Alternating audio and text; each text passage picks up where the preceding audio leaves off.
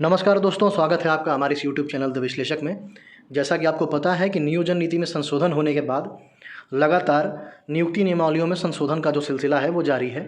पहले के कैबिनेट में लगभग 6 नियुक्ति नियमावलियों का संशोधन हो चुका था, जिसके बाद से विज्ञापन निकालने की प्रक्रिया जेएसएससी ने जारी कर दी है और आगामी दिनों में अन्य वैकेंसीज़ के भी विज्ञापन आने की पूर्ण संभावना है।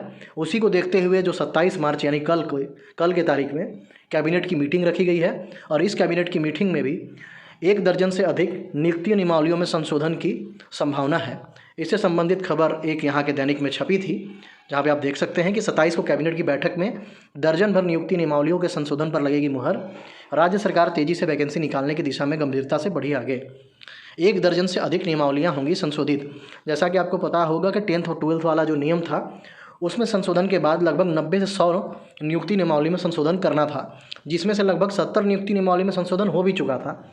लेकिन हाईकोर्ट के निर्देश के बाद जब नियुक्ति नियमावली फिर से बदली गई तो फिर से संशोधन का सिलसिला जारी हुआ। तो लगभग 20 से 30 नियमावलियों के संशोधन पर कैबिनेट की मुहर नहीं लग सकी थी। इस कारण जिन 70 नियुक्ति नियमावली संशोधित हो चुकी है उन्हें फिर से संशोधित करने की बाध्यता सरकार के सामने आ चुकी है, क्योंकि संशोधन के बगैर जेएसएससी द्वारा नियुक्ति की प्रक्रिया शुरू नहीं की जा सकती।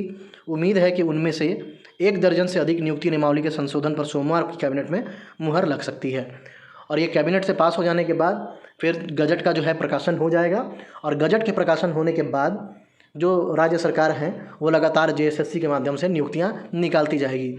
जैसा कि आपको पता है कि जो 6 नियुक्ति नियमावली का संशोधन हो चुका था उसी आधार पर पीजीटी की वैकेंसी और लैब टेक्नीशियन की वैकेंसी आ चुकी है और उम्मीद है कि आने वाले इस नए सप्ताह में यानी कल से लेकर के शनिवार के दरमियान आपको अन्य और भी वैकेंसीज़ का नोटिफिकेशन देखने के लिए मिल जाएगा।